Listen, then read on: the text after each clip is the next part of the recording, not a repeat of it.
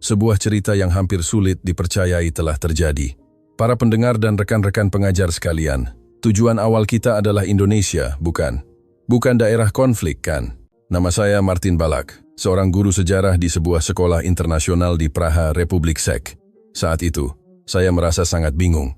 Pesawat yang membawa 25 siswa saya, yang awalnya dijadwalkan menuju Jakarta untuk menikmati liburan dan berbelanja, terpaksa mendarat darurat di Bandara Internasional Soekarno-Hatta karena badai tropis yang datang tiba-tiba. Yating, seorang siswi berusia 16 tahun, bertanya dengan suara gemetar dan penuh kekhawatiran, "Pak Guru, Indonesia itu negara seperti apa? Apakah sangat berbahaya? Namun, maukah Anda percaya?" Anak-anak dari sekolah ternama yang awalnya tidak tahu apa-apa tentang Indonesia ini, hanya dalam waktu singkat 48 jam kemudian, menelepon orang tua mereka dan berkata, "Mama, aku ingin kuliah di negara ini." Atau "Papa, kenapa di Praha tidak bisa seperti ini?"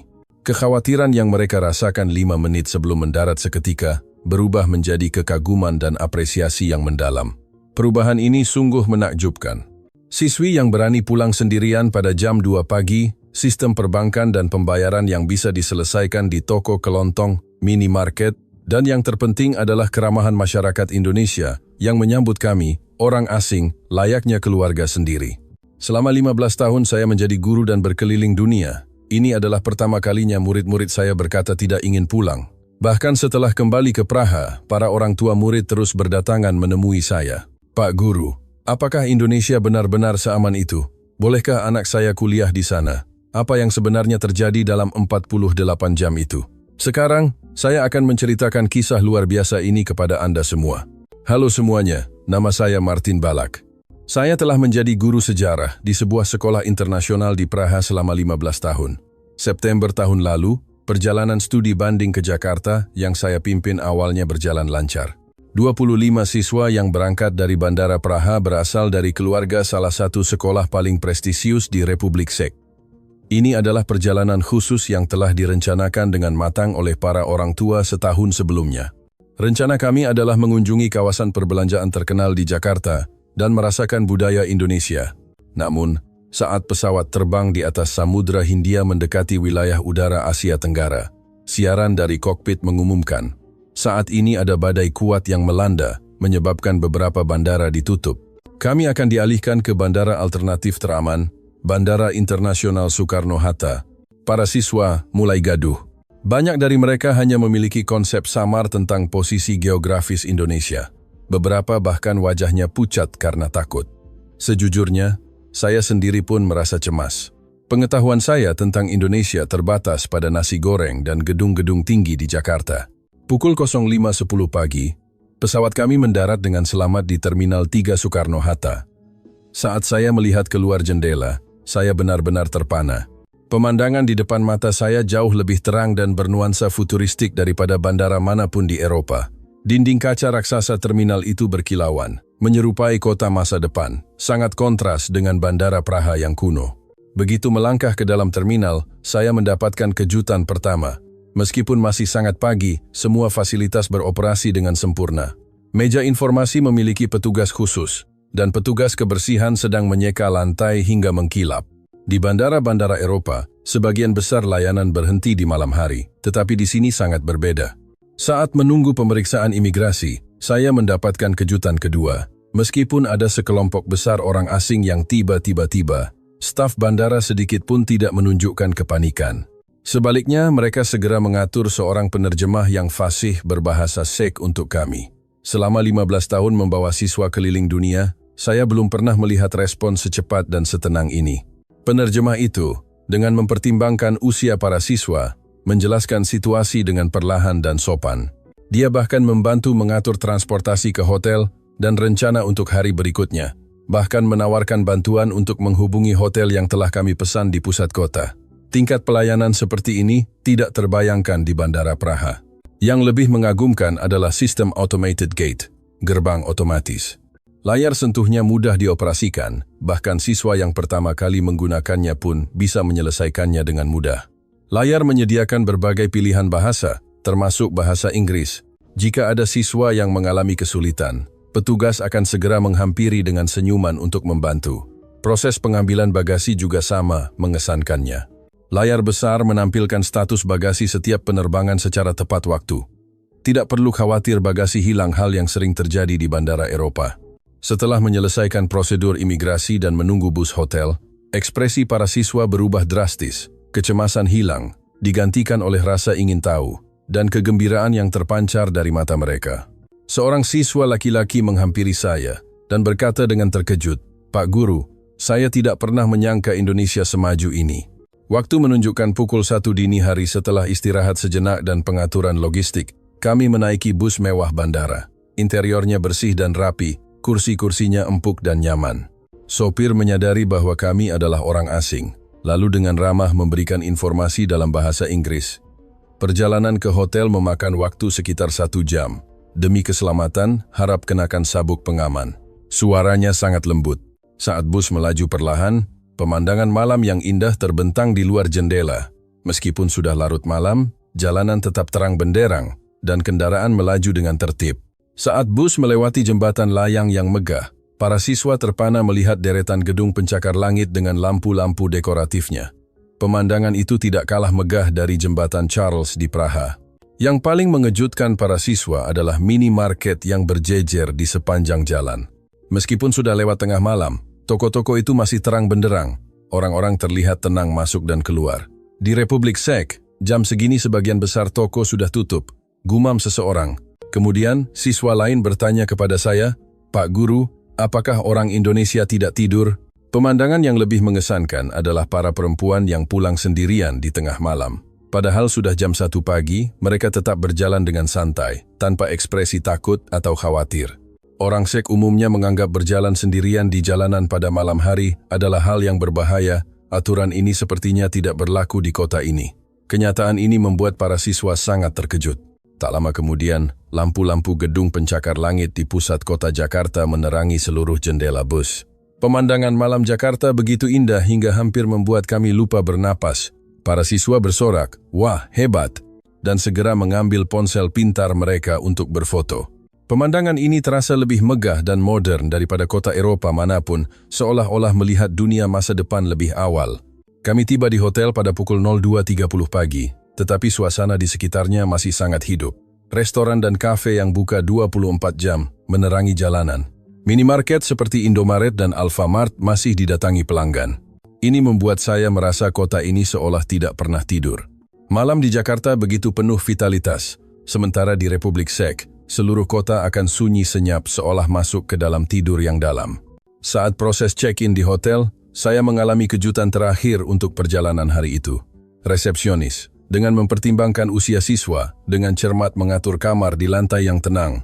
Dia juga menjelaskan detail waktu sarapan, minimarket terdekat, dan restoran. Yang paling membuat saya tersentuh adalah ucapan selamat datang yang tulus, bukan sekadar basa-basi formal.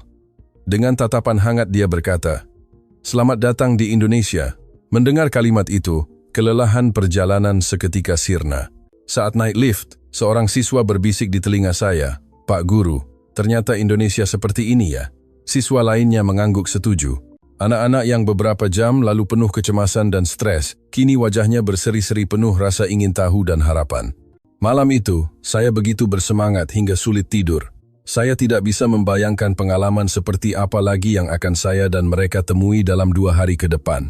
Pagi pun tiba, atau lebih tepatnya setelah tidur singkat beberapa jam. Pukul 06.00 pagi beberapa siswa terbangun karena jet lag dan mulai mengeluh lapar di koridor. Saya sedikit khawatir. Di jam sepagi ini, restoran mana yang sudah buka? Saat saya bertanya ke meja resepsionis, staf menjawab sambil tersenyum. Di gedung sebelah ada kedai bubur ayam dan nasi uduk yang buka 24 jam. Saya membelalakkan mata karena terkejut. Bisa makan sebelum matahari terbit adalah hal yang tak terbayangkan di Republik Czech. Saya membawa 7 siswa keluar dan menemukan Jakarta pukul 06.30 pagi sudah mulai penuh aktivitas. Pekerja kantoran berjas, warga yang berolahraga pagi, orang-orang membeli kopi di minimarket. Ini sangat berbeda dengan Praha yang sunyi di pagi hari. Di Jakarta, hari yang baru telah dimulai. Begitu mendorong pintu kedai, aroma makanan dan udara hangat langsung menyambut kami. Di dalam sudah ada beberapa pelanggan. Seorang pria parubaya makan sarapan sambil membaca berita. Seorang wanita muda membuka laptop untuk bekerja, dan seorang pekerja kantoran yang tampak lelah, mungkin baru selesai shift malam. Setiap orang memulai hari baru dengan cara mereka sendiri. Saat melihat menu, saya kembali terkejut. Harga makanan sangat murah. Semangkuk nasi uduk atau bubur ayam hanya sekitar 20.000 hingga 30.000 rupiah. Dibandingkan dengan harga di Eropa, ini sungguh murah hingga sulit dipercayai. Jika di Republik Czech ingin makan seperti ini, setidaknya harus mengeluarkan sekitar 10 euro. Pemilik kedai melihat kami sebagai orang asing, tetapi tidak menunjukkan keterkejutan sedikit pun. Dia menjelaskan menu dengan bahasa Inggris yang ramah dan merekomendasikan hidangan yang mungkin cocok dengan selera siswa. Saat saya bilang beberapa anak mungkin tidak terbiasa dengan bumbu lokal, dia menyarankan sambil tersenyum, coba martabak telur atau pisang goreng, rasanya sangat klasik. Hanya 5 menit setelah memesan, berbagai hidangan sudah tersaji di meja, nasi goreng, sate ayam, dan kerupuk. Para siswa melihat sarapan khas Indonesia untuk pertama kalinya dengan ekspresi campuran antara penasaran dan khawatir. Namun, setelah suapan pertama, ekspresi mereka langsung berubah. Suara enak terdengar di mana-mana, terutama sate ayam yang sangat mengesankan. Aromanya mirip dengan beberapa makanan di Czech, tapi rasanya jauh lebih kaya. Seorang siswa laki-laki menghabiskan 2 porsi dalam sekejap. Dia tertawa bahagia dan berkata, "Di Czech, pasti tidak bisa makan makanan seenak dan semurah ini." Kalimat itu masih saya ingat sampai sekarang. Reaksi para siswa saat makan kerupuk juga sangat lucu. Awalnya mereka heran, tapi segera menyukai tekstur renyahnya. Melihat ini, pemilik kedai berkata dengan ramah, "Pintar sekali makannya." Saat tiba waktunya membayar, saya sekali lagi terkejut. 7 orang makan sampai kenyang, tapi total tagihannya tidak sampai 300.000 rupiah, sekitar 18 euro. Jika di Czech, setidaknya butuh 100 euro. Pemilik kedai memberikan kembalian dengan tepat dan berpamitan sambil tersenyum. Apakah masakan Indonesia cocok di lidah? Lain kali coba menu yang ini, juga enak loh. Kebaikan dan perhatian yang mengalir alami darinya membuat hati saya hangat kehangatan yang sulit ditemukan di restoran-restoran Praha. Keluar dari restoran, para siswa berebut memberikan pendapat. Makanannya enak sekali, harganya murah, pelayanannya ramah. Setelah kembali ke Czech pasti bakal kangen sate. Bahkan ada yang bilang ingin tinggal di Indonesia selama sebulan.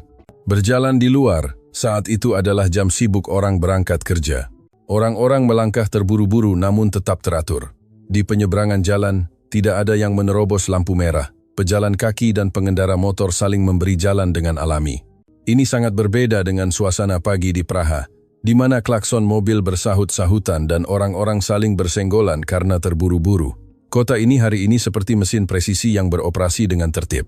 Dalam perjalanan kembali ke hotel, siswa ingin membeli camilan, jadi kami mampir di sebuah minimarket Indomaret di sudut jalan. Kami disambut kejutan baru lagi.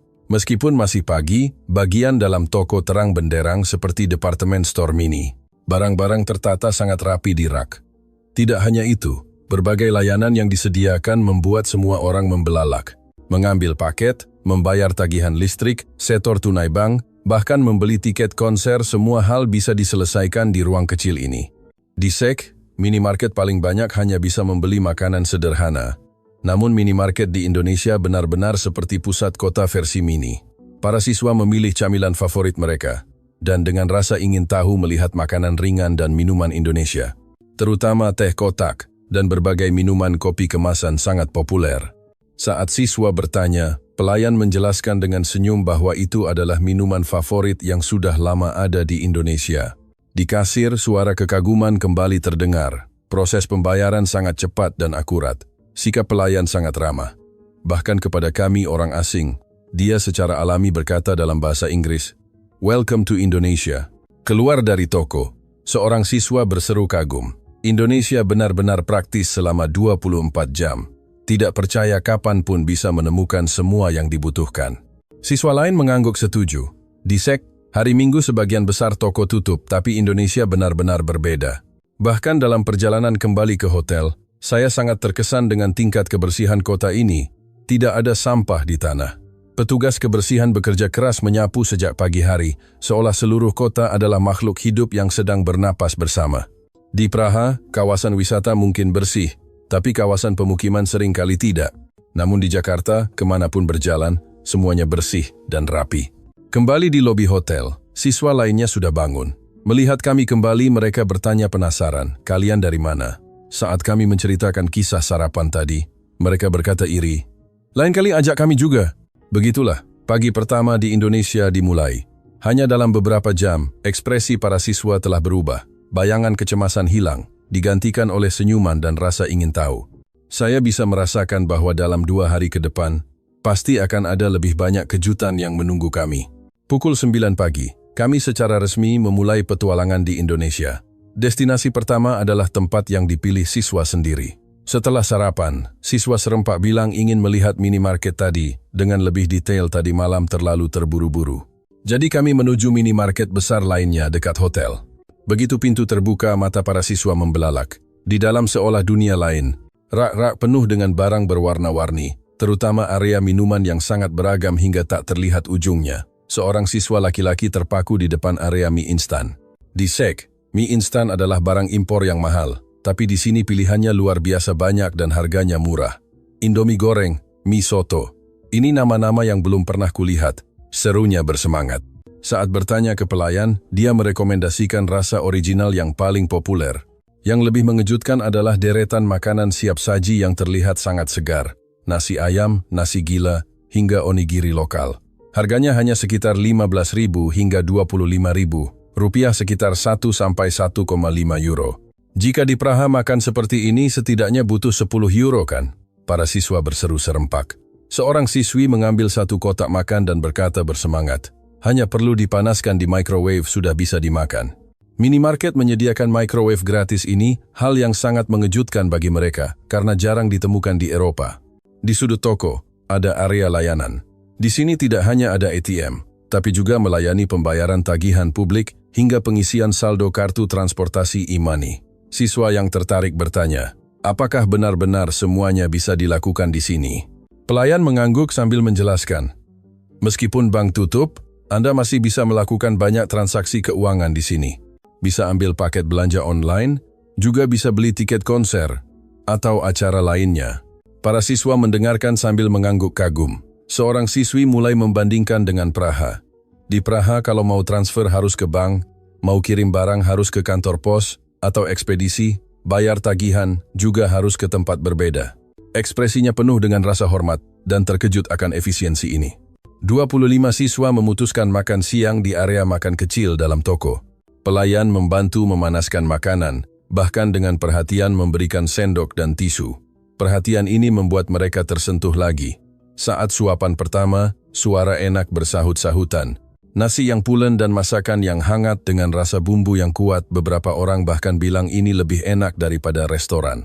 Mengingat harganya, kualitas seperti ini sungguh luar biasa. Sambil makan, saya mengamati suasana sekitar.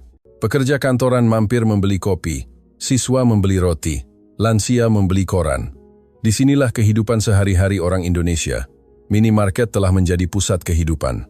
Setelah itu, saya mengobrol dengan seorang pelayan wanita muda. Dia bilang dia sering shift malam. "Apakah bekerja malam hari tidak takut?" tanya seorang siswa. Dia menggeleng sambil tersenyum. "Sangat aman, tidak perlu khawatir sama sekali. Saya sudah bekerja beberapa tahun dan tidak pernah mengalami kejadian berbahaya." Pelanggannya sopan-sopan. Kata-katanya membuat para siswa saling pandang dan mengangguk diam-diam. Keluar dari toko, papan nama minimarket terlihat di mana-mana. Seolah setiap 100 meter ada satu toko. Di Praha minimarket sangat sedikit dan pilihannya terbatas. Seorang siswa mengeluh, "Kira-kira ada berapa banyak minimarket di Indonesia?" Setelah mencari data, kami menemukan ada puluhan ribu gerai di seluruh negeri. Angka ini membuka mata para siswa.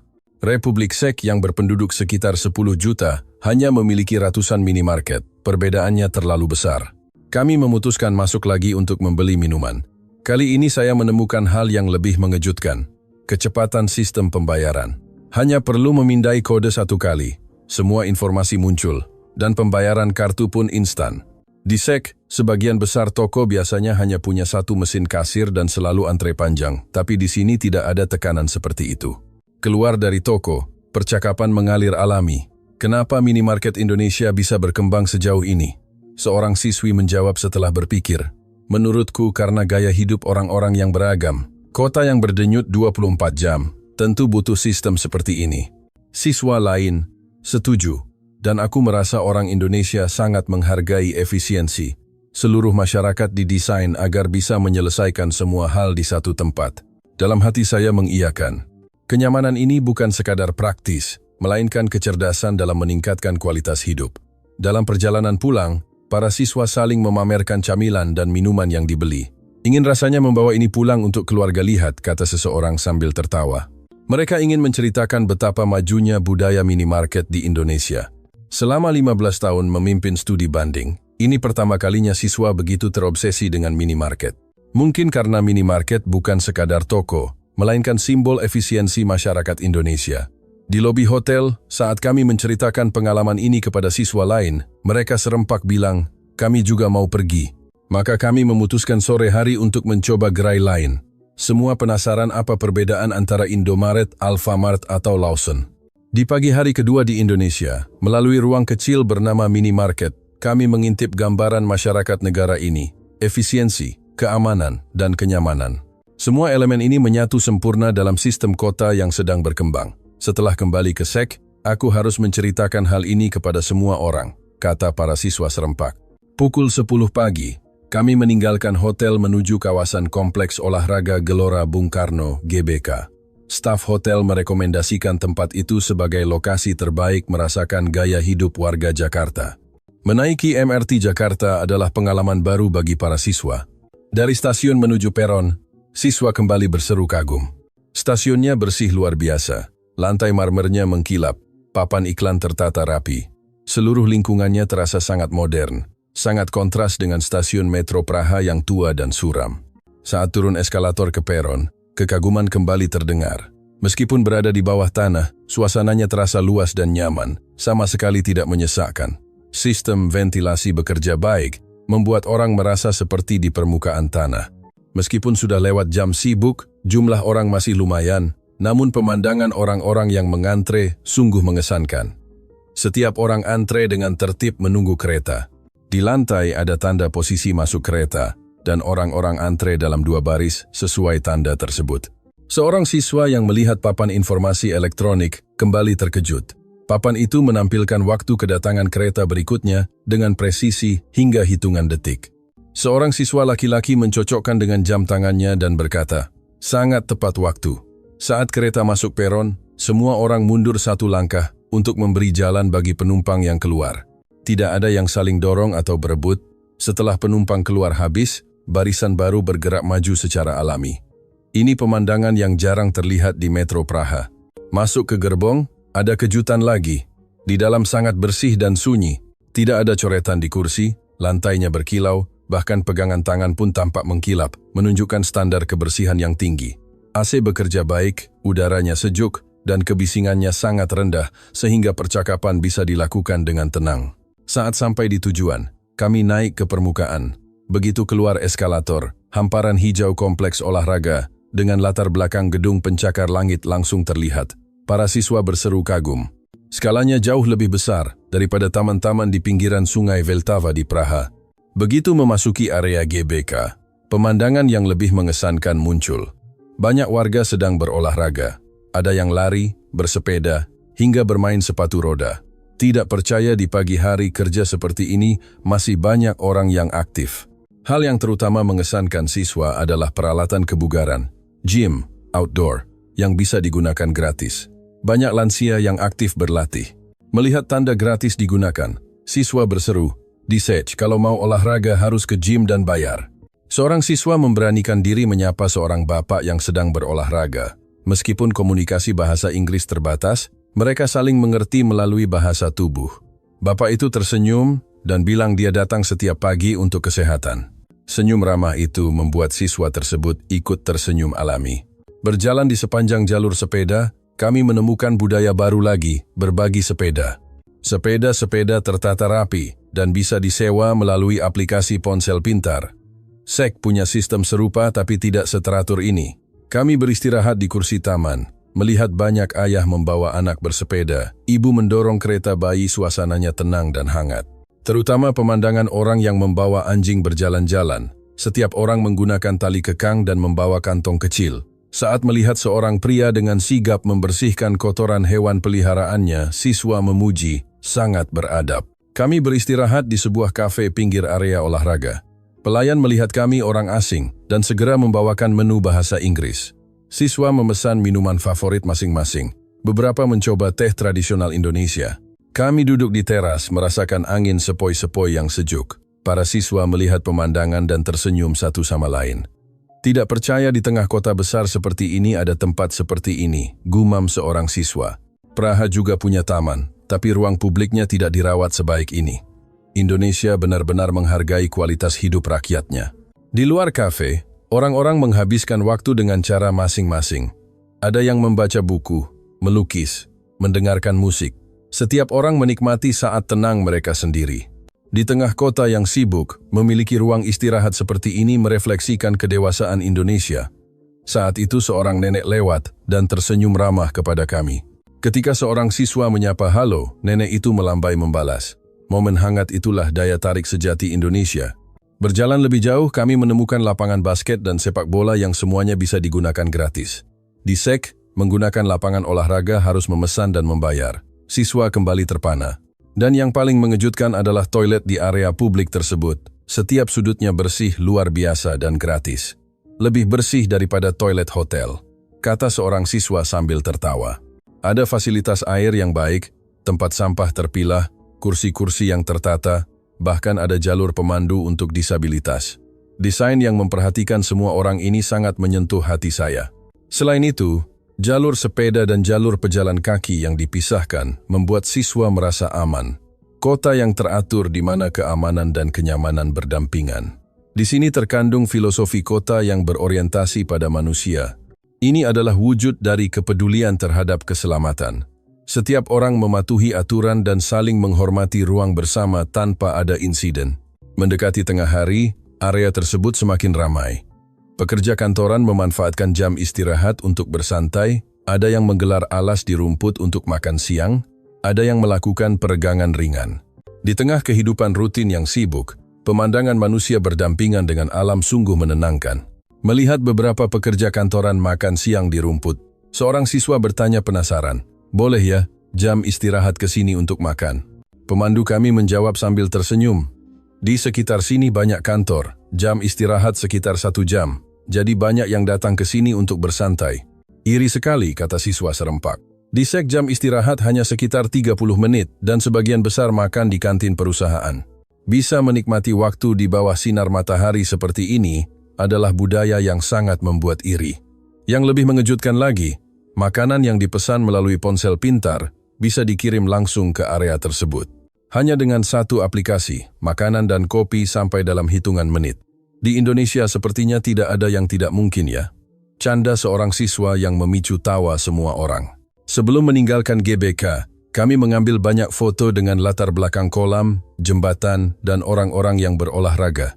Setiap orang ingin menyimpan momen ini dalam ingatan. "Pulang nanti aku akan melihat foto ini dan merindukan Indonesia," kata seorang siswa yang wajahnya sudah tidak ada lagi bayangan kecemasan pagi tadi. Seorang siswa lain berkata, "Orang Indonesia benar-benar menghargai kesehatan ya.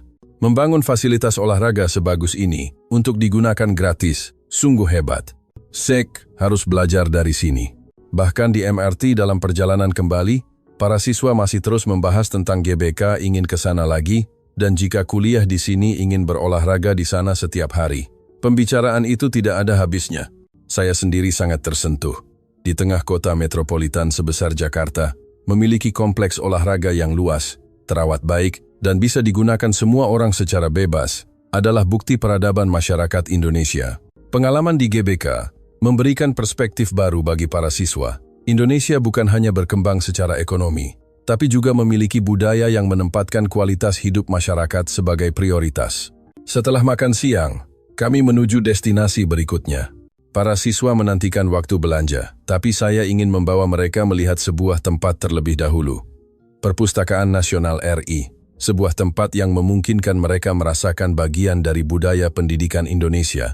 Kami menaiki MRT dan kemudian berjalan kaki sejenak. Jalannya sangat nyaman, bahkan kalau hujan tidak perlu khawatir karena banyak peneduh, kata siswa terkejut. Struktur yang masuk akal ini terasa baru bagi mereka. Begitu masuk ke gedung perpustakaan, mata para siswa langsung berbinar. Rak buku raksasa yang menjulang tinggi seolah memancarkan cahaya ruang yang menyerupai fantasi ini sangat berbeda dengan perpustakaan tradisional. Ini benaran perpustakaan? Rasanya seperti karya seni. Di tengah kekaguman itu, saya tersenyum diam-diam. Namun yang ingin saya tunjukkan bukan hanya keindahan bangunannya, melainkan pemandangan orang-orang yang berkumpul di sana. Meskipun sore di hari kerja, masih banyak orang membaca dengan tenang. Seorang pria berjas mungkin di sela waktu kerja. Seorang wanita muda mencatat dengan serius setiap orang tenggelam dalam dunianya sendiri. Kami pun mencari tempat duduk dan mengambil buku. Di area buku asing, terdapat banyak buku bahasa Inggris dan Jerman. "Pak Guru, di sini ada buku Milan Kundera," seru seorang siswa terkejut, memegang karya penulis representatif Republik Czech. Mata siswa itu berbinar penuh kebanggaan. Tidak percaya di Indonesia bisa melihat buku penulis Czech. Pemandangan para pekerja kantoran yang membaca di sore hari sungguh mengesankan. "Mereka tidak bekerja?" Canda seseorang. Pemandu menjawab, "Banyak yang menggunakan waktu istirahat atau selesai kerja untuk ke sini. Banyak orang Indonesia suka membaca, meski waktu mereka tidak banyak." Mendengar itu, seorang siswa laki-laki memuji, datang ke perpustakaan untuk membaca di waktu luang adalah budaya yang sangat keren. Di Czech biasanya orang pergi minum kopi atau merokok. Siswa lain menimpali, orang Indonesia benar-benar menghargai pengetahuan. Pantas saja tingkat pendidikannya tinggi. Kami menghabiskan sekitar 1 jam di sana. Siswa memilih buku sesuai minat masing-masing. Ada yang membaca buku belajar bahasa Indonesia, sejarah Indonesia, hingga panduan wisata dalam bahasa Inggris. Saat pergi, saya mengobrol dengan mereka. Seorang siswi berkata serius, "Pak Guru, saya mengerti kenapa Indonesia bisa maju seperti ini, karena ada budaya belajar terus-menerus seperti ini." Siswa lain mengangguk setuju semangat mengejar ilmu adalah penggerak pertumbuhan sebuah negara. Setelah itu, kami berjalan-jalan di toko buku Gramedia di sebuah mall besar. Kami terus mendiskusikan sikap masyarakat Indonesia terhadap pengetahuan. Siswa bertekad untuk belajar lebih keras saat kembali nanti. Di mall tersebut, toko buku terlihat penuh sesak oleh orang-orang, ada yang memilih buku, berdiri membaca, atau mengantre di kasir. Benar-benar masyarakat yang mencintai buku. Para siswa terpana melihat skala toko buku yang begitu besar dengan berbagai jenis buku. Akademis, novel, buku ujian, tidak hanya bahasa Indonesia, tapi juga bahasa asing. Terutama yang mengejutkan mereka adalah deretan buku referensi ujian masuk universitas yang memenuhi satu sisi dinding. Di Czech tidak pernah ada persiapan ujian yang sesistematis ini. Siswa Indonesia rajin sekali ya. Kalau aku sekeras itu, nilaiku pasti lebih bagus, canda seorang siswa laki-laki. Di sudut toko buku terdapat kafe di mana orang bisa membaca sambil minum kopi. Suasananya sangat tenang, hanya terdengar suara membalik halaman. Sambil beristirahat di kafe, kami menemukan hal baru lagi. Banyak orang tua membawa anak membaca bersama. Anak-anak membaca dongeng, orang tua mendampingi. Sikap mendekatkan diri pada buku sejak dini ini adalah akar budaya pendidikan Indonesia. Juga banyak lansia membaca koran atau majalah dengan tenang. Meskipun sudah berumur tapi tetap semangat belajar, sungguh dihormati, kata seorang siswa terkesan. Keluar dari toko buku, seorang siswa memegang 2-3 buku. Buku belajar bahasa Indonesia dan sejarah. Pulang nanti ingin belajar lebih dalam, katanya, memicu siswa lain untuk ingin membeli juga. Waktu di pusat kota Jakarta bagi siswa adalah kesempatan berharga memahami budaya pendidikan Indonesia, bukan sekadar pendidikan yang mementingkan ujian, tapi masyarakat yang menghormati pembelajaran di setiap tahap kehidupan. Pukul 4 sore, kami tiba di kawasan Blok M, Pusat Budaya Anak Muda Jakarta. Begitu keluar dari stasiun MRT, para siswa terkesima oleh vitalitas yang meluap. Kebisingan kota, musik jalanan, tawa, dan kerumunan anak muda berpakaian bebas. Kami berjalan ke pusat Blok M, melihat pertunjukan jalanan. Beberapa anak muda sedang menari dengan gerakan yang sinkron dan sempurna mengikuti ritme musik pop. Penonton bersorak riuh. Para siswa pun menonton dengan terpaku. Setelah selesai, penonton bertepuk tangan meriah. Beberapa orang memasukkan uang ke kotak apresiasi. Kualitas pertunjukan jalanan di sini tinggi sekali. Di Praha ada, tapi tidak sesempurna ini, puji seorang siswa. Berjalan lebih jauh, ada pertunjukan musik live dengan gitar dan drum serta suara nyanyian yang jernih. Siswa secara alami ikut bergoyang, mengikuti ritme musik. Tidak mengenal batas negara, kalimat itu bergema di hati saya. Seorang siswi memberanikan diri memasukkan koin ke kotak. Musisi itu tersenyum dan mengangguk padanya. Meskipun malu-malu, wajah siswi itu tampak bahagia. Interaksi hangat ini adalah simbol suasana bebas di kawasan ini. Kami terus berjalan ke pasar kreatif, di mana seniman muda menjual karya mereka. Lukisan tangan hingga kerajinan tangan yang unik. Siswa berhenti di satu kios yang menjual desain modern dipadu motif tradisional Indonesia seperti batik. Penjual menjelaskan dalam bahasa Inggris yang lancar bahwa ini adalah perpaduan tradisi dan modernitas. Seorang siswi membeli aksesori untuk kenang-kenangan. Di kios lain, ada seni kaligrafi atau tulisan indah di atas kertas tradisional. Bahasa Indonesia itu indah ya, puji para siswa. Seorang siswa meminta seniman menuliskan namanya dalam aksara tertentu. Saat menerima kertas itu wajahnya berseri-seri. Bagus sekali ada tempat di mana seniman muda bisa bebas berekspresi seperti ini, kata siswa lain. Sepanjang jalan, perhatian siswa beralih pada gaya busana anak muda Indonesia yang penuh percaya diri. Anak muda Indonesia pintar berdandan ya, kata seorang siswi sambil tertawa. Kami mampir di sebuah kafe yang interiornya sangat artistik. Dinding penuh karya seni, rak buku desain dan fotografi. Kami masuk dan menemukan suasana yang lebih menarik. Barista memberikan menu bahasa Inggris dan menjelaskan minuman rekomendasi menggunakan teh dari pegunungan Indonesia. Duduk di sana, kami melihat banyak anak muda membuka laptop bekerja atau belajar. Kafe bukan hanya tempat istirahat, tapi juga pusat kreativitas. Kami kembali keluar berjalan menuju butik-butik kecil yang penuh kepribadian. Siswi-siswi masuk ke sebuah toko pakaian vintage. Pemiliknya, seorang wanita muda, menjelaskan dengan ramah koleksi bajunya. Para siswa mencoba pakaian dengan gembira, seolah sudah menjadi bagian dari kehidupan sehari-hari Jakarta. Menjelang malam, lampu kota mulai menyala, suara musik semakin keras, aroma makanan dari restoran dan bar memenuhi jalanan. Para siswa benar-benar tenggelam dalam keramaian itu.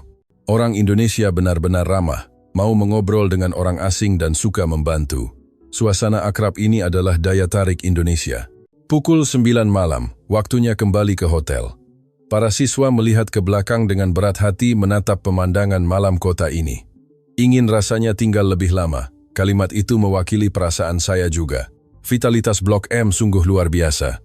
Di MRT perjalanan pulang, siswa mendiskusikan pengalaman hari itu, ketenangan GBK, dunia pengetahuan di Perpustakaan Nasional, dan keramaian Blok M. Hanya dalam beberapa jam, mereka merasakan wajah Indonesia yang beragam. Tidak menyangka Indonesia punya banyak sisi. Tradisi dan modernitas, ketenangan dan keramaian, semuanya menyatu sempurna. Keseimbangan inilah yang membuat Indonesia berbeda. Kami kembali ke hotel pukul 10 malam. Meskipun lelah, wajah setiap orang memancarkan kebahagiaan. Hari ini benar-benar pengalaman berharga. Kalimat itu keluar secara alami dari mulut mereka. Keesokan harinya, hari terakhir di Indonesia tiba. Siswa bangun pagi-pagi merapikan bagasi. Setelah sarapan, kami memutuskan jalan-jalan terakhir untuk belanja oleh-oleh, merasakan udara pagi Jakarta yang segar, sambil mengukir pemandangan kota dalam ingatan. Di pusat perbelanjaan, suasana sudah ramai karena akhir pekan. Wisatawan dan penduduk lokal bercampur menciptakan atmosfer yang sangat hidup. Toko kosmetik, pakaian, dan aksesori berjejer. Siswi-siswi menuju toko kosmetik lokal Indonesia karena pernah mendengar reputasi kualitasnya. Pelayan menyapa dengan ramah selamat pagi dalam bahasa Inggris dan memberikan sampel dengan sopan. Para siswa terkejut dengan pelayanan yang begitu detail. Seorang siswi membeli banyak produk untuk ibu, kakak, dan teman-temannya. Harganya terjangkau tapi kualitasnya bagus. Siswa laki-laki menuju toko elektronik, aksesori ponsel pintar terbaru, dan berbagai produk elektronik tertata rapi dengan harga lebih murah dari Eropa. Setelah itu kami mampir ke area jajanan. Siswa yang mencoba martabak manis berseru, "Manis dan enak sekali, masih hangat." Siswa lain yang memegang ayam goreng tepung lokal tertawa senang, di SEK tidak ada makanan selezat ini. Mereka menikmati budaya jajanan unik Indonesia dengan senyum bahagia. Kami masuk ke toko souvenir yang menjual barang bermotif Indonesia. Kaos dengan gambar ikonik hingga boneka orangutan yang lucu. Pemilik toko melihat mereka adalah siswa asing, berkata sambil tersenyum, "Terima kasih sudah datang ke Indonesia. Saya beri diskon khusus ya." Kebaikan hangat itu kembali menyentuh hati mereka. Orang Indonesia benar-benar baik. Saat makan siang, siswa ingin mencoba masakan Indonesia yang otentik. Kami masuk ke restoran yang penuh pengunjung. Menu memiliki gambar dan penjelasan bahasa Inggris sehingga mudah memesan. Saat ayam bakar, udang asam manis, dan tumis kangkung tersaji, siswa berseru, "Cantik sekali penyajiannya." Pelayan dengan ramah mengajari cara menikmatinya. Semua makan dengan lahap. Lebih enak dari yang dibayangkan. Setelah makan, kami mengunjungi salah satu bangunan bersejarah di Jakarta. Menghadapi arsitektur kuno, para siswa menengadah dengan diam. Waktu seolah berhenti. Suasana tenang itu membuat semua orang terdiam sejenak. Kami duduk beristirahat di tangga, membicarakan pengalaman 2 hari ini. Perjalanan ini benar-benar waktu yang berharga. Perjalanan tak terduga yang menjadi kenangan terindah dalam hidup. Seorang siswi berkata dengan mata berbinar, "Dulu aku tidak tahu apa-apa tentang Indonesia, tapi sekarang ini menjadi negara favoritku." Siswa lain mengangguk dalam, "Pasti akan kembali lagi, lain kali ingin tinggal lebih lama." Kami kembali ke hotel mengambil bagasi menuju bus bandara. Siswa membawa banyak tas belanjaan dengan wajah bahagia. Menatap pemandangan Jakarta dari jendela bus, mata mereka penuh rasa tidak rela dan terima kasih. "Selamat tinggal Jakarta, pasti akan kembali lagi." Suara itu terdengar lebih seperti janji daripada perpisahan. Kami tiba di Bandara Soekarno-Hatta, tempat di mana 2 hari lalu kami mendarat darurat dengan penuh ketakutan. Namun sekarang, kami berdiri di sini dengan perasaan yang sama sekali berbeda. Bayangan kecemasan dan stres telah hilang, digantikan oleh rasa cinta dan syukur. Saat check-in, siswa berkata kepada staf, "Waktu kami di Indonesia sungguh luar biasa." Staf menjawab sambil tersenyum, "Silakan datang kembali ya, terima kasih sudah berkunjung." Dalam dialog ramah itu ada kehangatan yang terpancar. Sambil menunggu pemeriksaan imigrasi, saya bertanya kepada siswa, "Apa yang ingin kalian lakukan setelah kembali ke SEJ?" Seorang siswa laki-laki menjawab tanpa ragu, "Mau mulai belajar bahasa Indonesia." Siswa lain mengangguk, "Aku juga. Aku ingin mencoba kuliah di Indonesia. Rasanya belajar di sini akan lebih seru." Ekspresi serius mereka membuat saya tersentuh. Waktu naik pesawat tiba, lampu-lampu Jakarta terpantul di mata para siswa yang menoleh ke belakang. Saat lepas landas, ada yang mengambil sapu tangan menyeka air mata, perpisahan yang membawa janji pertemuan kembali. Pesawat mendaki ke langit malam, pemandangan Jakarta perlahan mengecil. Pengalaman 48 jam kami di Indonesia berakhir di sini. Tapi itu bukan akhir, melainkan sebuah awal. Keesokan paginya pesawat tiba di Bandara Praha. Di aula kedatangan, para orang tua sudah menunggu dengan senyum. Siswa menceritakan kisah di Indonesia dengan nada bersemangat. Awalnya orang tua terkejut, namun segera berubah menjadi rasa bangga. Tidak percaya Indonesia seaman dan sepraktis itu. Tidak percaya orang-orang di sana begitu ramah. Setiap orang mendengarkan dengan seksama, seolah ikut dalam perjalanan tersebut. Seminggu kemudian, keajaiban kecil terjadi di sekolah. Siswa mulai mengunggah foto dan video di Indonesia ke media sosial. Puluhan postingan muncul di Instagram dan TikTok, menyebar dengan cepat. Teman-teman mereka berkomentar kagum, apakah Indonesia benar-benar seperti itu? Ingin ke sana. Video tentang makan di minimarket tengah malam sangat populer. Gambaran gadis muda yang hidup aman di malam hari mendapat perhatian besar dengan penayangan melebihi 200.000 kali. Hal ini membuat minat para orang tua terhadap Indonesia meningkat pesat. Dalam rapat orang tua di sekolah, Indonesia menjadi topik utama. Muncul suara-suara yang ingin mengirim anak mereka kuliah di Indonesia. Saya sendiri diundang memberikan pidato khusus untuk menceritakan apa yang saya lihat dan dengar di sana kepada siswa dan guru lain. Hari pidato itu, aula penuh sesak. Saya menceritakan pengalaman apa adanya, sistem kota yang efisien, kesadaran warga yang tinggi, dan yang terpenting, keramah tamahan terhadap orang asing. Audiens mendengarkan dengan fokus. Dalam sesi tanya-jawab, orang-orang berebut bertanya, apakah Indonesia benar-benar seaman itu? Bagaimana tingkat pendidikannya? Bagaimana biaya hidupnya? Semua orang ingin tahu kebenaran tentang Indonesia. Saya hanya menceritakan fakta yang saya lihat sendiri. Setelah pidato, banyak siswa menghampiri saya. Saya ingin kuliah di Indonesia. Harus mulai dari mana?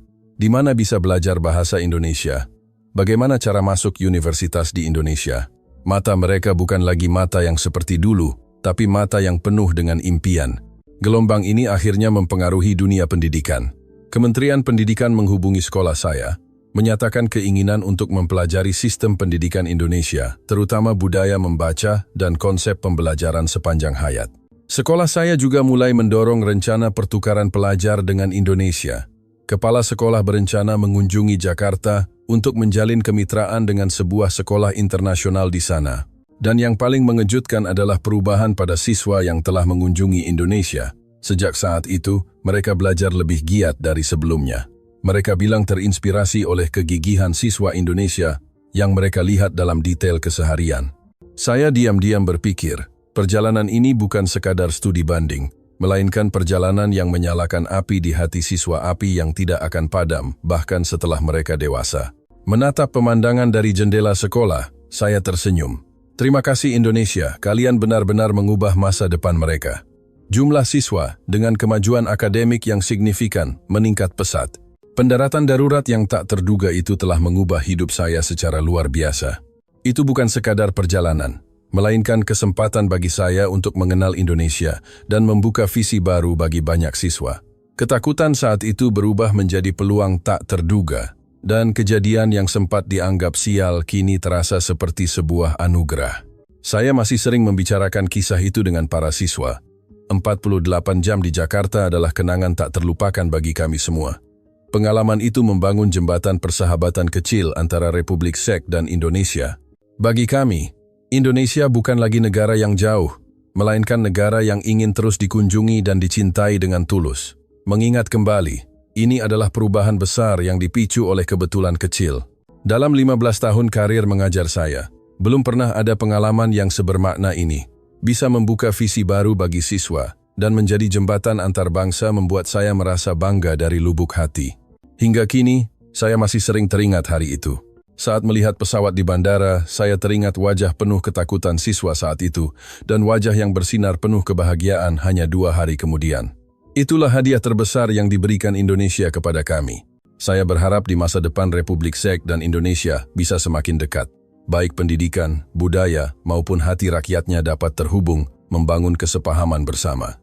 Saya berharap lebih banyak orang dapat menyadari wajah asli Indonesia, kehangatan rakyatnya, semangat belajarnya, dan hati yang penuh kebaikan. Semua itu bersama-sama membentuk keindahan negara tersebut. Terima kasih. Saya mencintai Indonesia dari lubuk hati terdalam.